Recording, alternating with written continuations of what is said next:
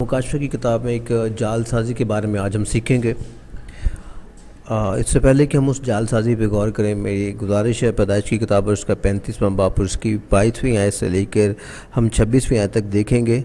और यहाँ पर ज़िक्र है याकूब के 12 बेटों का। गौर कीजिएगा, ये याकूब के 12 बेटे हैं। उनके नाम आप ज़रूर नोट कर लीजिएगा कि जो मैं नाम बोलने लगा हूँ हवाला में लिखे हुए हैं। उस वक़्त याकूब के 12 बेटे थे।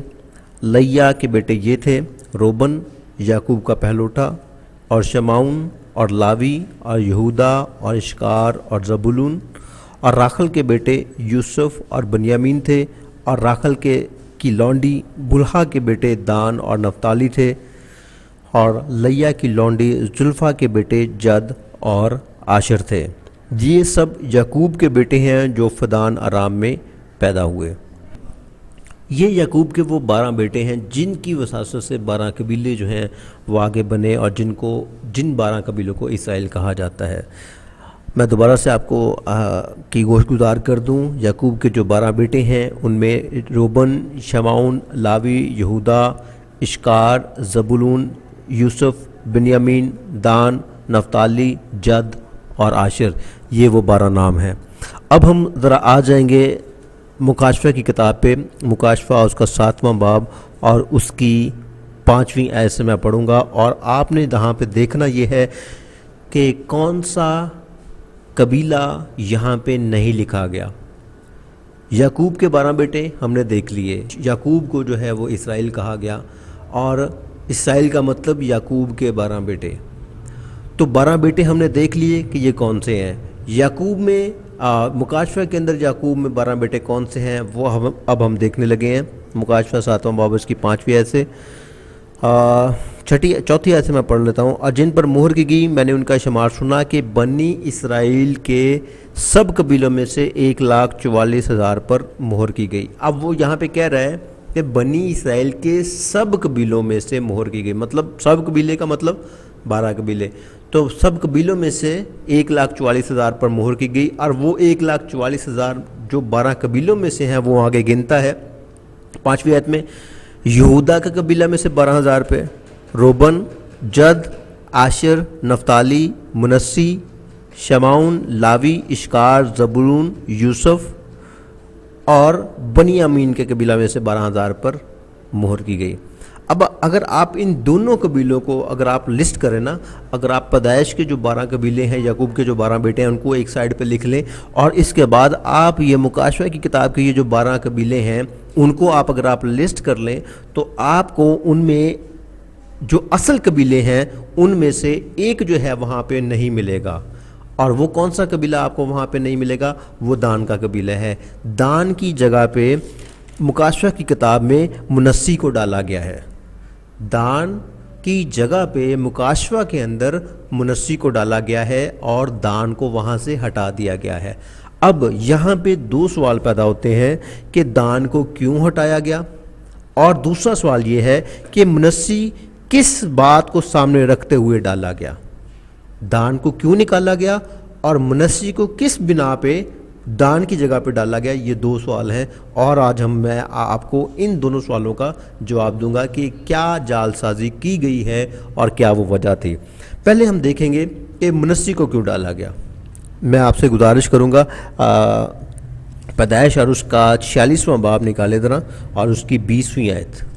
अभी हमने 35वीं बाब में जो है इन 12 कबीलों के नाम पढ़े हैं। 12 कबीलों के नाम मतलब याकूब के 12 बेटों के नाम हमने देखे हैं।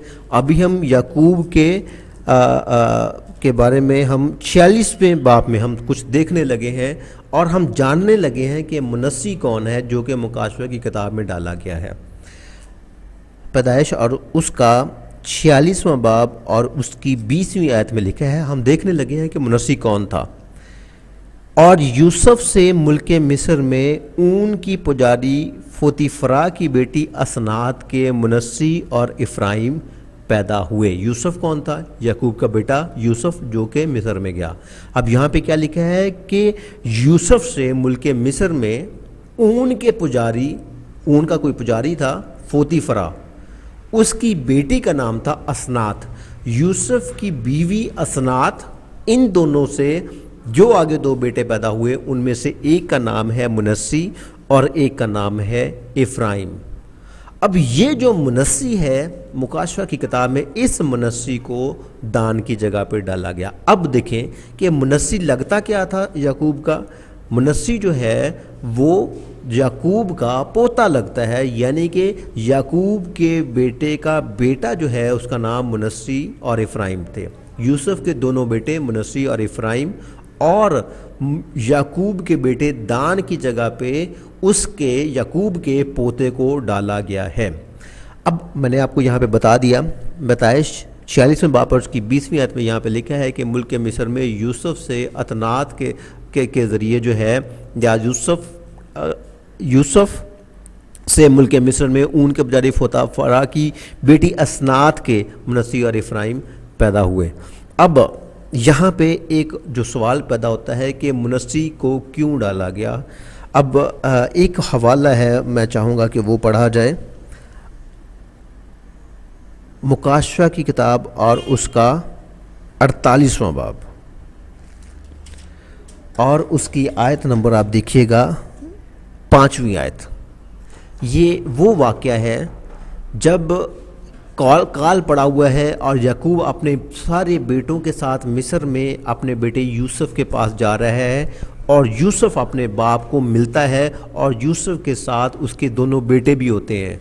तब याकूब जो है अपने बेटे को क्या कहता है, अपने बेटे यूसुफ को क्या कहता है, ये आयत पैदाइश की किताब और उसके 48वें बाब और उसकी 5वीं आयत में पढ़ने लगाऊं। याकूब कह रहा है, सो तेरे दोनों बेटे जो मुल्क मिस्र में मेरे आने से पहले पैदा हुए मेरे हैं। याकूब क्या कह रहा है कि यूसुफ से कि ये जो तेरे दोनों बेटे हैं जो मिस्र में तुझसे पैदा हुए हैं, मुझसे पहले पैदा हुए हैं, मेरे आने से पहले पैदा हुए हैं, ये दोनों मेरे हैं। यानी रोबन और शमाउन की तरह इफ्राइम और मुनस्सी भी मेरे ही होंगे। यानी कि रोबन और शमाउन की तरह, जिस तरह रोबन और शमाउन मेरे बेटे हैं, इसी तरह इफ्राइम और मुनस्सी भी मेरे ही होंगे। यानी कि अपने पोतों के बारे में कह रहा है यूसुफ से कि तेरे जो दोनों बेटे इफ्राइम और मुनस्सी है ये दोनों मेरे ही होंगे। यानी कि वहाँ पे उनको अपने लेपालक बेटे बना रहा है, याकूब उनको अपने लेपालक बेटे बना रहा है। लेकिन आगे ये भी लिखा हुआ है, और जो औलाद इनके बाद तुझसे होगी वो तेरी ठहरेगी, पर अपनी मिरास में अपने भाइयों के नाम से वो लोग नामजद होंगे। पर अपनी मिरास में अपने भाइयों के साथ वो लोग नामजद होंगे। अब यहाँ पे इस बिना पे मुनस्सी को, चूँकि याकूब ने ये कहा कि तेरे दोनों बेटे इफ्राइम और मुनस्सी जो हैं वो मेरे ही होंगे, इस वसासत से मुनस्सी को प्रायोरिटी दे के दान की जगह पे डाल दिया गया। अब ये तो सवाल हो गया कि मुनस्सी को किस वजह से, किस बात को सामने रखते हुए मुनस्सी को दान की जगह पे डाला गया। अब यहाँ पे एक और सवाल उठता है कि अगर मुनस्सी को डाला गया है तो इफ्राइम को भी उसने अपना बेटा बनाया था, तो इफ्राइम को भी डालना चाहिए था, लेकिन इफ्राइम को डाला नहीं गया। अब हम इसकी तरफ आगे बढ़ेंगे कि ये क्या कुछ हो रहा है। अब मैं इसी से, ये हम 48वां बाब पढ़ रहे हैं, अब इससे अगला जो बाब है वो 49वां बाब है। अभी हमने जो आयत पढ़ी है ना कि ये तेरे दोनों बेटे मेरे ही होंगे, ये 48वें बाब में हमने पढ़ा। डेफिनेटली 48 के बाद जो अगला बाब होगा वो बाद की बातें होंगी। अब 49वें बाब और उसकी आयत नंबर मैं चाहूँगा कि पढ़ी जाए 28वीं आयत। 49वां बाब और उसकी अगर पहली आयत से पढ़ें तो आपको वहाँ पे नजर आता, बल्कि मैं आपके लिए पहली आयत से पढ़ता हूँ। और याकूब ने अपने बेटों को ये कहकर बुलवाया कि तुम सब जमा हो। याकूब ने, गौर कीजिएगा अल्फाज पे, याकूब ने अपने बेटों को ये कहकर बुलवाया कि तुम सब जमा हो जाओ ताकि मैं तुमको बताऊं कि आखिरी दिनों में तुम पर क्या क्या गुजरेगा। याकूब कहता है कि आ जाओ, मैं तुमको बताऊं कि आखिरी दिनों में तुम पर क्या क्या गुजरेगा। और वो क्या करता है, ए याकूब के बेटे जमा होकर सुनो। और फिर सबसे पहला स्टार्ट करता है और अपने बाप इसराइल की तरफ कान लगाओ। और तीसरी आयत से वो शुरू करता है, ए रोबन।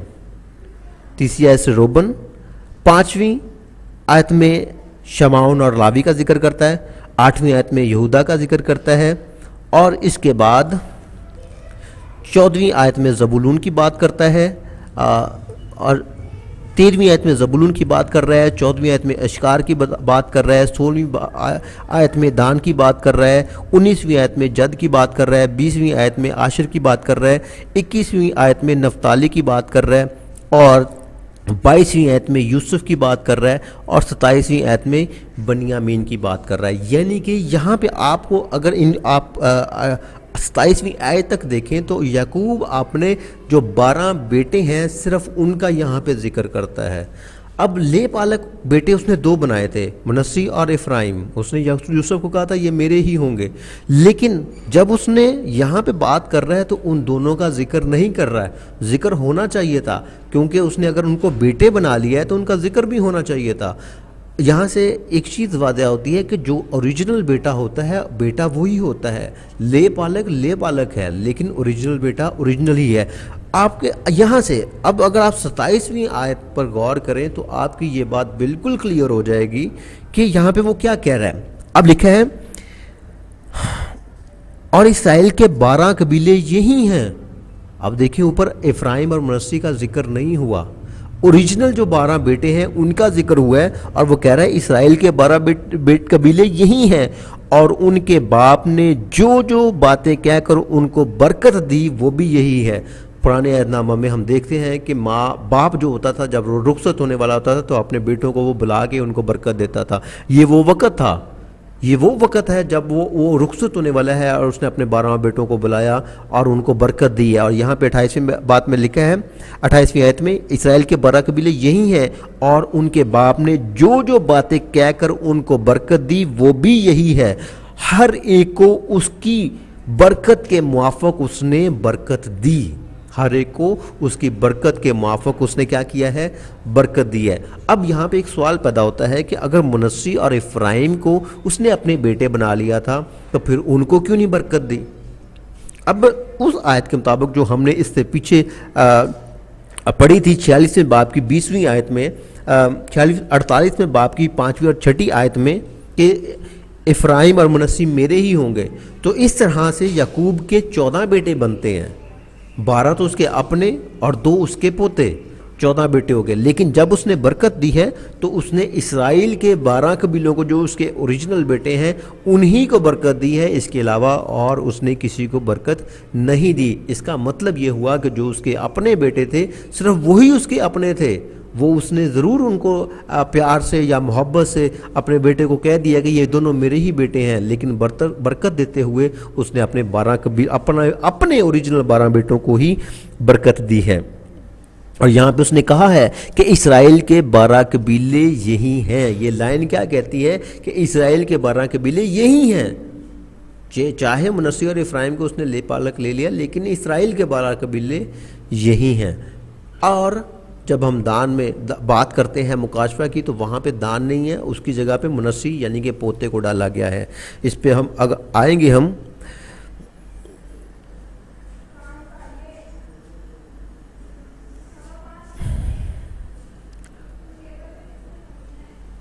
14, अगर इफ्राइम और मनस्सी को डाला गया तो 14 कबीले हुए, दान को डाल के ओरिजिनल 12 बेटे प्लस 2 ये। और अगर दान को निकाल दिया गया तो मनस्सी को डाला गया, तो फिर इफ्राइम से क्यों ज़्यादती हो रही है। इफ्राइम को भी डाला जाना चाहिए। तो दान को निकालने के बाद इसराइल के 13 कबीले बनते हैं। तो हम सबको पता है कि ना तो इसराइल के 13 कबीले हैं ना ही 14 हैं, बल्कि इसराइल के 12 कबीले ही हैं। और अगर 12 हैं तो दान को क्यों निकाला गया, मनस्सी को क्यों डाला गया, ये जालसाजी क्यों की गई है, उस पर अब हम गौर करेंगे कि दान को क्यों निकाला गया। पहली बात तो ये होगी कि मनस्सी को किस बात को सामने रखते हुए डाला गया। मनस्सी को इसलिए डाल दिया गया, इसलिए इस वजह से डाल दिया गया क्योंकि याकूब ने कहा था यूसुफ को कि ये तेरे दोनों बेटे मेरे ही हैं। इस वजह से मनस्सी को दान की जगह पे डाल दिया गया। ये तो सवाल, इसका जवाब हो गया।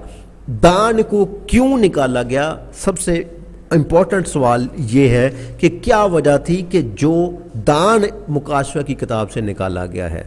उसकी वजह यह है, हाइपोलाइटस एक बड़ा लीडर गुजरा है, और ये 2री सदी के आखिर और 3री सदी کہ آغاز میں یہ لیڈر تھا، یہ فریسیوں کے ساتھ ہوتا تھا، اور اس کے بہت سارے فریسی جو تھے اس کے ماتحت تھے۔ اس سے پہلے کہ ہم ہائی پلاٹس کی بات کریں، میں آپ چاہوں گا کہ ایک حوالہ جو ہے وہ آپ کے گوش گزار کر دوں، یرمیہ نبی کا صحیفہ اور اس کا 8واں باب اور اس کی 8ویں آیت۔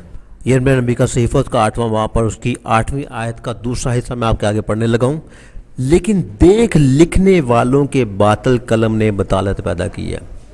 صحیفے میں کیا لکھا ہوا ہے؟ دیکھ لکھنے والوں کے باطل قلم نے، لکھنے والوں کے باطل جھوٹے قلم نے بطالت یعنی کہ جھوٹ پیدا کیا ہے۔ لکھنے والوں کے باطل قلم نے بطالت پیدا کی ہے۔ کیا بطالت پیدا کی ہے؟ ہم آج اس پہ غور کر رہے ہیں۔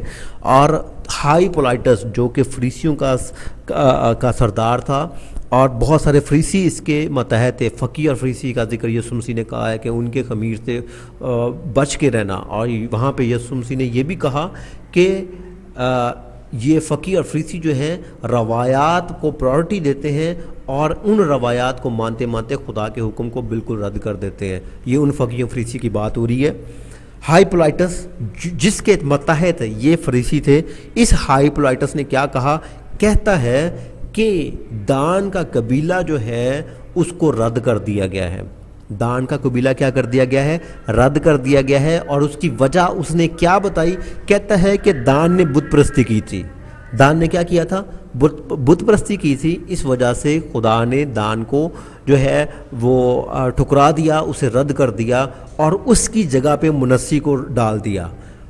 ہائی پولائٹس کہتا ہے، یعنی کہ وہ ایک شخص جو ہے ہائی پولائٹس، وہ یہ کہتا ہے کہ دان کو نکالا گیا ہے کیونکہ اس نے خدا کو رد کیا ہے، اس نے بت پرستی کی تھی، اس وجہ سے خدا نے اس کو رد کر دیا اور اس کی جگہ پہ منسی کو ڈال دیا۔ دان کو اگر رد کر دیا گیا اس کی بت پرستی کی وجہ سے، تو کیا اسرائیل کے باقی قبیلوں نے بت پرستی نہیں کی تھی؟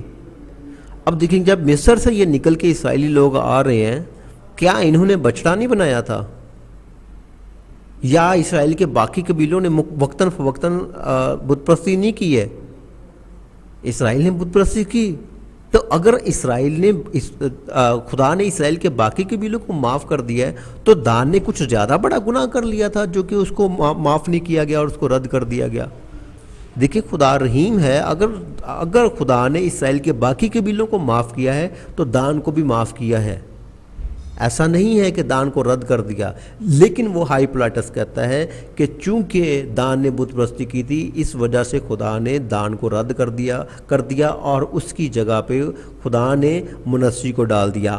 اور اس بات کو ثابت کرتے ہوئے ہائی پولائٹس کون سا حوالہ کہتا ہے؟ وہ کہتا ہے پیدائش کی کتاب اور اس کا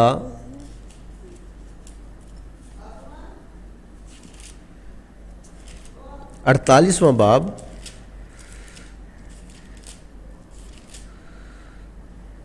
انچاسواں باب اور اس کی پیدائش 49واں باب اور اس کی 16ویں آیت سے میں پڑھوں گا۔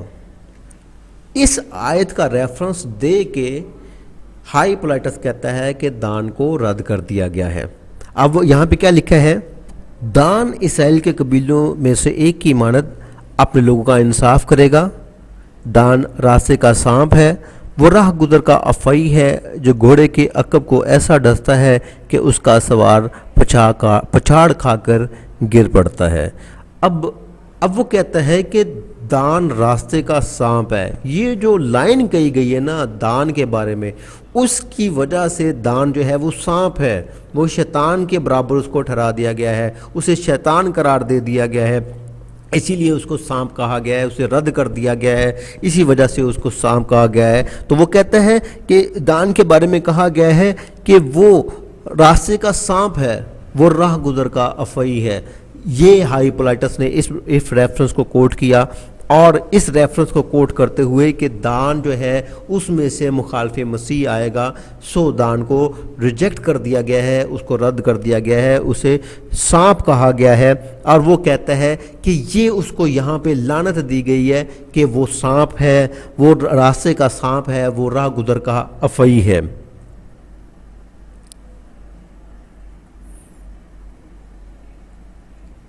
اب میں یہاں پہ دوبارہ سے اس آیت کو پڑھنا چاہوں گا جو کہ ہم نے پہلے بھی پڑھی ہے. اب اسی پیدائش 49واں باب اور اس کی 16ویں آیت میں ہم یہ دیکھ رہے ہیں کہ دان اسرائیل کے قبیلوں میں سے ایک کی مانند اپنے لوگوں کا انصاف کرے گا. اب دیکھیں کہ اس نے یہ تو کہہ دیا کہ دان راستے کا سانپ ہے، وہ راہ گزر کا افعی ہے. اس سے پہلے کیا لکھا ہوا ہے؟ دان اسرائیل کے قبیلوں میں سے ایک کی مانند اپنے لوگوں کا انصاف کرے گا. دان اسرائیل کے قبیلوں میں سے ایک کی مانند اپنے لوگوں کا انصاف کرے گا. اب یہ انصاف کیسے ہوتا ہے؟ انصاف کا اس یہاں پہ مطلب کیا ہے کہ وہ اپنے کیا کرے گا؟ اپنے لوگوں کا انصاف کرے گا. اس کا مطلب یہ ہے کہ اس کے لوگوں پر، اس کے بھائیوں پر جس نے زیادتی کی ہے وہ اس سے جا کے ان کا بدلہ لے گا، ان کا انصاف کرے گا. اور آگے کیا لکھا ہے؟ وہ راہ گزر کا افعی ہے جو گھوڑے کے عقب کو ایسا ڈستا ہے کہ اس کا سوار پچھاڑ کھا کر گر پڑتا ہے. اے خداوند، میں تیری نجات کی راہ دیکھتا آیا ہوں. اور دیکھیں اب 28ویں آیت، ہائی پولائٹس کہتا ہے کہ یہاں پہ دان کو لعنت دے دی گئی ہے، اسے رد کیا گیا ہے، اس وجہ سے اس کو سانپ قرار دے دیا گیا ہے، اسے افعی قرار دے دیا گیا ہے، اسے رد کر دیا گیا ہے. تو 28ویں آیت میں کیا لکھا ہے؟ اسرائیل کے 12 قبیلے یہی ہیں اور ان کے باپ نے جو باتیں کہہ کر ان کو برکت دی وہ بھی یہی ہے.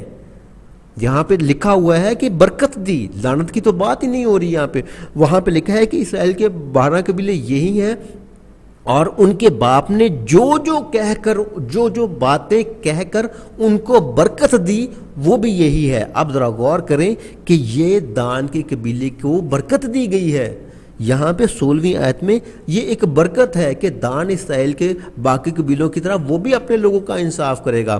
اور یہ اس کے اندر ایک کوالٹی ڈالی گئی ہے کہ دان راستے کا سانپ ہے، وہ راہ گزر کا افعی ہے، وہ جو گھوڑے کے عقب کو ایسا ڈستا ہے کہ اس کا پچھاڑ کھا کر گر پڑتا ہے. یہ ایکچولی دان کو وہ برکت دی گئی ہے، وہ کوالٹی اس میں ایک جنگی کوالٹی جو ہے اس میں ڈالی گئی ہے کہ وہ جنگی لحاظ سے اتنا تیز اور اتنا چلاک ہوگا کہ جس طرح سانپ جو ہے وہ چھپ جاتا ہے راستے میں، اور جب دشمن جو ہے اس کے نزدیک اس کے دائرے میں آ جاتا ہے تو وہ سانپ جو ہے چھلانگ لگا کے اپنے جو دشمن ہے اس پہ جھپٹ پڑتا ہے اور اس کے مار گراتا ہے. یہ وہ کوالٹی، یہ وہ برکت جو ہے یعقوب اپنے بیٹے دان کو دے رہا ہے. اور یہاں پہ لکھا ہے کہ ان کے باپ نے جو باتیں کہہ کر ان کو برکت دی وہ بھی یہی ہے. اور آگے بھی لکھا ہوا ہے اور ہر ایک کو اس کی برکت کے موافق اس نے برکت دی. دوبارہ سے لکھا ہوا ہے ہر ایک کو اس کی برکت کے موافق اس نے کیا کیا ہے؟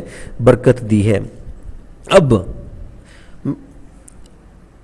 یہ وہ جال سازی ہے جو کہ ہائی پولائٹس نے کی ہے اور اس ریفرنس کا استعمال کر کے اس نے دان کے قبیلے کو بائبل میں سے نکالا ہے. آپ کو دان کی ہسٹری بہت کم ملے گی، آپ کو بائبل میں دان کے بارے میں بہت کم ملے گا. کیونکہ جب قصبی نے ان پرانے نسخوں کو جلایا تو جتنے بھی دان سے ریلیٹڈ ہسٹری تھی اس کو بھی جلا دیا. آپ کو تاریخ میں بھی کوئی ایسی جگہ آپ کو نہیں ملے گی کہ جہاں پہ دان اپنے بھائیوں کے ساتھ لڑا ہو. لیکن ہائی پولائٹس یہ کہتا ہے کہ دان نے اپنے بھائیوں کے ساتھ لڑائی جھگڑا کیا اور ان کو قتل بھی کیا، اس نے ان کی اولاد کو اس نے قتل بھی کیا. کون سا ریفرنس دیتا ہے؟ وہ کہتا ہے یرمیہ نبی کے صحیفے 8واں باب اور اس کی 16ویں اور 17ویں آیت. یہ اس سے پہلے کہ ہم یہ حوالہ پڑھیں میں چاہوں گا کہ یرمیہ نبی کا صحیفہ اور اس کا 29واں باب ذرا دیکھیں. 29واں باب اور اس کی 8ویں آیت. پہلے ہم اس آیت کو دیکھ لیتے ہیں، وہاں پہ کیا لکھا ہوا ہے.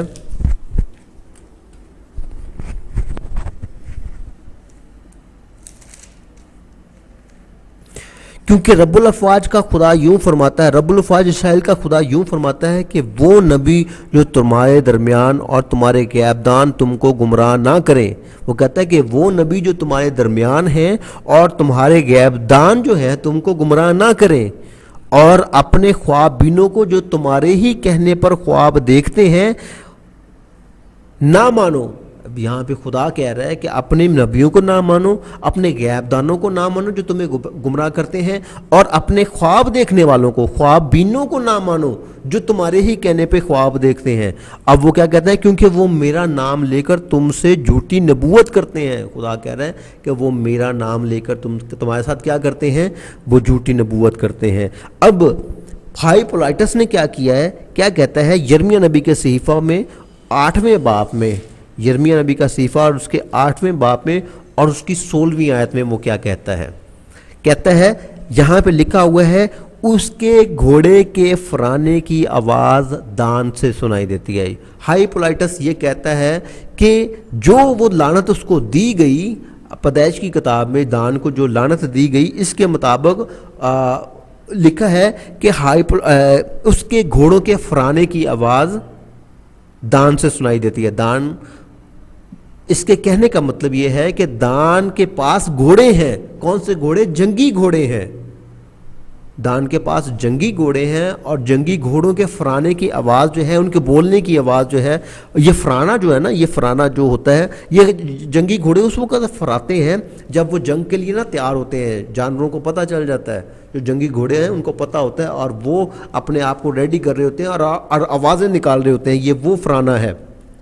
اس کے گھوڑوں کے فرانے کی آواز دان سے سنائی دیتی ہے، اس کے جنگی گھوڑوں کے ہنہنانے کی آواز سے تمام زمین کانپ گئی، کیونکہ وہ آ پہنچے ہیں اور زمین کو اور سب کچھ جو اس میں ہے، اور شہر کو بھی اس کے باشندوں سمیت کھا جائیں گے، کیونکہ خداوند فرماتا ہے دیکھو میں تمہارے درمیان سانپ اور افعی بھیجوں گا جن پر منتر کارگر نہ ہوگا اور وہ تم کو کاٹیں گے۔ اب وہ یہ بھائی پولائٹس کہتا ہے کہ خدا نے کہا کہ میں تمہارے درمیان سانپ اور افعی بھیجوں گا۔ اب وہ کہتا ہے کہ ہائی پولائٹس یہ کہتا ہے کہ یہ جو گھوڑے ہیں یہ دان کے ہیں، اور خدا نے دان کو یعنی کہ سانپ کو بھیجا ہے، اور خدا کہہ رہا ہے کہ میں تمہارے درمیان سانپ کو اور افعی کو بھیجوں گا۔ یہ وہی ریفرنس کوٹ کرتے ہوئے پیدائش کی کتاب والا ریفرنس کہتے ہوئے وہ کہتا ہے کہ دان جو ہے یہ سانپ ہے، تو خدا کہہ رہا ہے کہ میں دان کو یعنی کہ سانپ کو تیرے درمیان بھیجوں گا۔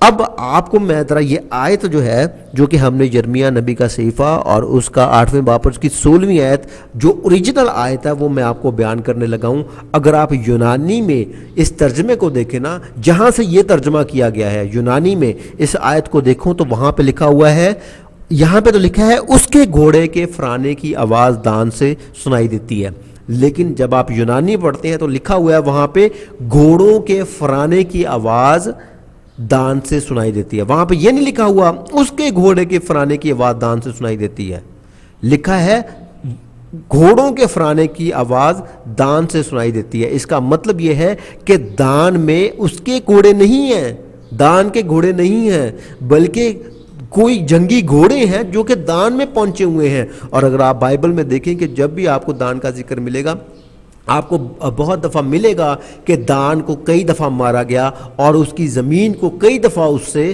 لوٹا گیا۔ اگر دان اتنا پاورفل یا اتنا جنگجو تھا تو پھر اس سے زمینوں کو کیوں لیا گیا؟ اس کی زمین کو بار بار کیوں چھینا گیا اگر وہ اتنا جنگی تھا تو؟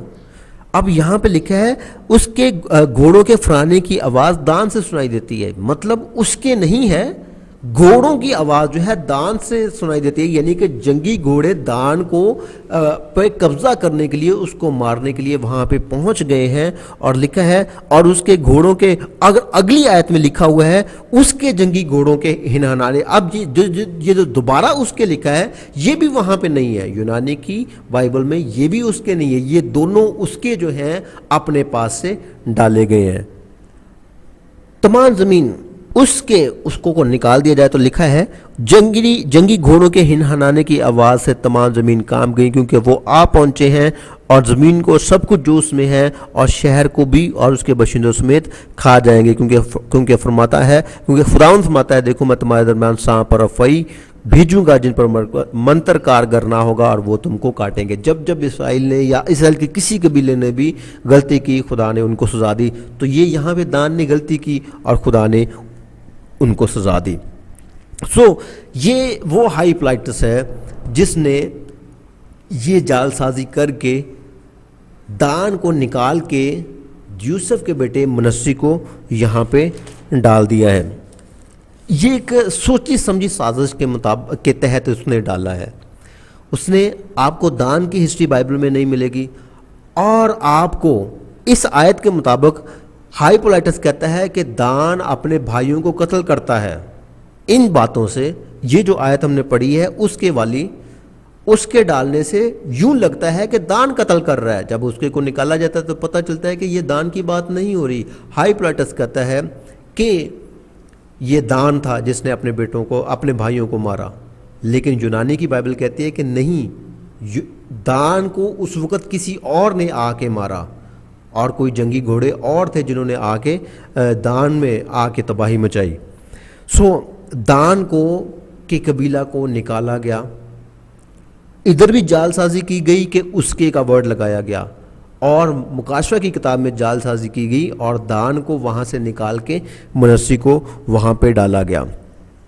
अगर आप बाइबल पढ़ लें, बाइबल में आपको दान की बहुत कम हिस्ट्री मिलेगी, और अगर आप दुनिया की तारीख को देखेंगे तो आपको दुनिया की तारीख में भी दान आपको कहीं भी ऐसा नहीं मिलेगा, कहीं पे भी दान अपने भाइयों को मारता या कत्ल करता हुआ नहीं मिलेगा। बल्कि हिस्ट्री में, बाइबल की हिस्ट्री में भी आपको दान की हिस्ट्री को जब आप देखेंगे तो आपको यही मिलेगा कि दान को कितनी दफ़ा उसकी ज़मीन उससे ली गई, उसे एक जगह से उठाया गया, दूसरी जगह अगर उसने कब्ज़ा किया तो उस ज़मीन को भी उससे ले लिया गया। और अगर खुदा ने दान को निकाल दिया है तो फिर खुदा के हुजूर खुदा ने उसका हिस्सा क्यों रखा हुआ है? अगर हाइपोलाइटस की बात हम मान लेते हैं कि हाँ जी दान को रिजेक्ट कर दिया, तो हिजकिय्याह की किताब में खुदा दान को हिस्सा क्यों दे रहा है? मैं चाहूँगा इस आयत को पढ़ लिया जाए, हिजकिय्याह की किताब और उसका 48वां बाब। अगर ये देखें, ये जो हवाला हम पढ़ने लगे हैं ये पैदाइश के बाद है, कई सालों के बाद है, और आगे हमने यिर्मयाह पढ़ा जिसमें वो कहता है कि दान ने जी अपने भाइयों को कत्ल किया है। ये उसके बाद का जिक्र है जो अभी हम पढ़ने लगे हैं। और हिजकिय्याह की किताब में अक्सर जो है ये आपको आने वाले ज़माने उस आखिरी ज़माने के बारे में यहाँ पे चीज़ें मिलेंगी। तो यहाँ पे लिखा हुआ है हिजकिय्याह की किताब और उसका 48वां बाब और उसकी पहली आयत। हम अगर ये कहते हैं हाइपोलाइटस सही कह रहा है कि दान को निकाल दिया गया है, तो फिर यहाँ पे 48वें बाब की पहली आयत में क्या लिखा हुआ है? और कबीलों के नाम ये हैं, इंतहाई शमाल पर हतलून के रास्ता के साथ साथ हमाद के मदखल से होते हुए हसर एनान तक, जो दमिश्क की शमाली सरहद पर हमाद के पास है, मशरिक से मगरब तक दान के लिए एक हिस्सा। अब देखें कि अगर दान को निकाल दिया गया है, यहाँ पे खुदा हिस्सा देते हुए सबसे पहला हिस्सा ही दान को दे रहा है। और सबसे पहला हिस्सा दान को क्यों दे रहा है? उसकी वजह यह है कि दान से हमेशा ही ज़्यादती होती आई है ज़मीन के मामले में। ये हिस्ट्री है, ये आयात मौजूद है बाइबल मुक़द्दस में, आप उनको गौर करें तो आपको समझ में आएगी कि हाँ दान के साथ ज़्यादती होती आई है ज़मीन के मामला में। इसी वजह से खुदा सबसे पहला हिस्सा दान के लिए मुकर्रर करता है, और उसने खुदा ने यहाँ पे बताया कि यहाँ से लेकर यहाँ तक उनकी सरहद होगी। और इसके बाद अगर दान को निकाल दिया गया है तो 32वीं आयत में क्या लिखा हुआ है? अगर दान को निकाल दिया गया है हाइपोलाइटस के मुताबिक तो 32वीं आयत में लिखा है, और मशरिक की तरफ पैमाइश 4500 और 3 फाटक, एक यूसुफ का, एक बनियामीन का और एक दान का। अब देखें कि यहाँ पे फाटकों की बात हो रही है, तो यहाँ पे भी लिखा हुआ है कि एक दान का फाटक। और अगर आप इस हवाले को 30वीं आयत से पढ़ें, हिजकिय्याह 48वां बाब उसकी 30वीं आयत से, तो 30वीं आयत से आपको 35वीं आयत तक जो 12 कबीले ओरिजिनल हैं, जो कि दानिएल के, जो कि याकूब के असल में 12 बेटे हैं, सिर्फ उनके फाटक नजर आएंगे। ना आपको यहाँ पे मनस्सी का फाटक नजर आएगा, ना ही आपको इफ्राइम का फाटक नजर आएगा। बताना ये चाह रहा हूँ इस सारे जो भी आपको बयान किया कि मुकाशवा की किताब में जो मनस्सी को डाला गया है जो और दान को निकाला गया है, ये एक बहुत बड़ी जालसाजी की गई है। یہ بہت بڑی تبدیلی کی گئی ہے۔ یہ دوسری صدی کے آخر میں اور تیسری صدی کے آغاز میں ہائپولیٹس نے ان باتوں کو بیچ میں ڈالا اور تقریباً آج سے 1500 سال پہلے اوریجنل جو نسخے ہیں ان کو ڈھونڈ ڈھونڈ کر جلایا گیا، تاکہ اوریجنل جو نسخے ہیں ان کو ہٹا کے جو روایات والا میسج تھا، جو روایات والی باتیں یا جو قصبی کی تعلیمات تھیں، ان کو اس کتاب میں، اس پوری کتاب میں جو ہے مختلف جگہ پہ ایڈ کیا گیا ہے اور ایک ایک لفظ کی تبدیلی کر کے سب کچھ متن کو بدلا گیا ہے۔ ابھی وہاں پہ کیا چینج کیا ہے؟ دان کی جگہ پہ منسی ایک لفظ چینج کیا ہے۔ یرمیہ میں ہم نے دیکھا کہ وہاں پہ ایک لفظ ڈالا گیا ہے، اس کے صرف ایک لفظ ڈالا گیا ہے۔ اسی طرح آپ مکاشفہ کی کتاب میں آپ کو جب 4 جانداروں کا ذکر آپ دیکھیں گے کہ 4 جاندار ہیں۔ مکاشفہ کی کتاب اور اس کا 4 باب اور اس کی 7ویں آیت لکھا ہے، پہلا جاندار ببر کی مانند، دوسرا جاندار بچھڑے کی مانند، تیسرا جاندار کا چہرہ انسان کا اور چوتھا جاندار عقاب کی مانند۔ یہ 4 جاندار ہیں۔ اب ان کو جو تبدیل کیا گیا ہے یہاں پہ یہ 4 جاندار اور ہیں، اور اگر آپ حزقیل اور اس کا پہلا باب دیکھیں تو یہی چاروں جاندار وہاں پہ بدلے ہوئے ہیں۔ پہلا جاندار حزقیل پہلا باب اور اس کی 10ویں آیت سے، اور ان کے چہروں کی مشابت یوں تھی کہ ان چاروں کا ایک ایک چہرہ انسان کا، ایک ایک چہرہ شیر ببر کا، اور ایک ایک چہرہ سانڈ کا، اور ایک ایک چہرہ عقاب کا۔ اب دیکھیں کہ وہاں پہ سانڈ نہیں تھا، وہاں پہ بچڑا تھا۔ بچڑے سے یہاں پہ کیا لکھا ہوا ہے؟ بچڑے سے انہوں نے اس کو سانڈ بنایا ہوا ہے، مطلب یہاں پہ پہلے سانڈ تھا، ادھر کیا ہے؟ بچڑا ہے۔ اب حزقیل کی کتاب اور اس کے 10ویں باب میں اگر آپ دیکھیں تو اور اس کی 14ویں آیت میں، تو آپ وہاں پہ آپ کو ایک اور تبدیلی نظر آئے گی کہ اور ہر ایک کے 4 چہرے تھے، پہلا چہرہ کروبی کا، دوسرا انسان کا، تیسرا ببر کا اور چوتھا عقاب کا۔ مطلب پہلے سانڈ تھا، سانڈ کے بعد دوسرے حوالے میں کروبی کہا گیا ہے اور مکاشفہ میں اس کو بچڑا کہا گیا ہے۔ ایک لفظ تبدیل ہوا ہے نا، لیکن ایک لفظ کے بدلنے سے کتنی تبدیلی ہو رہی ہے۔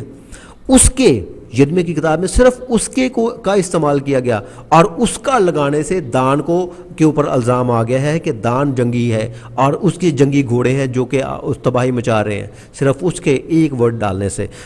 ایک ایک لفظ کی تبدیلی کر کے بائبل مقدس میں جال سازیاں کر کے کلام کو بدلا گیا ہے۔ بہت ساری چیزیں، بہت ساری روایات جو ہیں وہ موجود ہیں جن کو ڈالا گیا ہے، اور یہ اس بڑی کسبی نے ڈالا ہے جو کہ اس وقت پوری دنیا میں حکومت کر رہی ہے مذہبی طور پہ۔ اور یہ وہ باتیں ہیں جو بہت سخت ہیں، جو کہ عام اگر کرسچن کو جب کہا جاتا ہے تو اس کو یہ بات بہت بری لگتی ہے کہ جب یہ کہا جاتا ہے کہ بائبل میں تبدیلی کی گئی ہے، لیکن سچائی کو جھٹلایا نہیں جا سکتا ہے۔ ہمارا خدا زندہ ہے۔ بائبل مقدس میں خدا نے کہیں نہ کہیں پھر بھی ثبوت رکھا ہوا ہے جس سے پتہ چلتا ہے کہ شیطان نے کتنی زیادہ جال سازیاں کی ہیں۔ کلام کو گہرائی سے جاننے اور سچے طریقے سے اس کو جان کے تحقیق کر کے پھر اس کے مطابق زندگی گزارنے کی ضرورت ہے، اور اس قصبی سے اور اس کی روایات سے اور اس کی تعلیم سے بچنے کی ضرورت ہے۔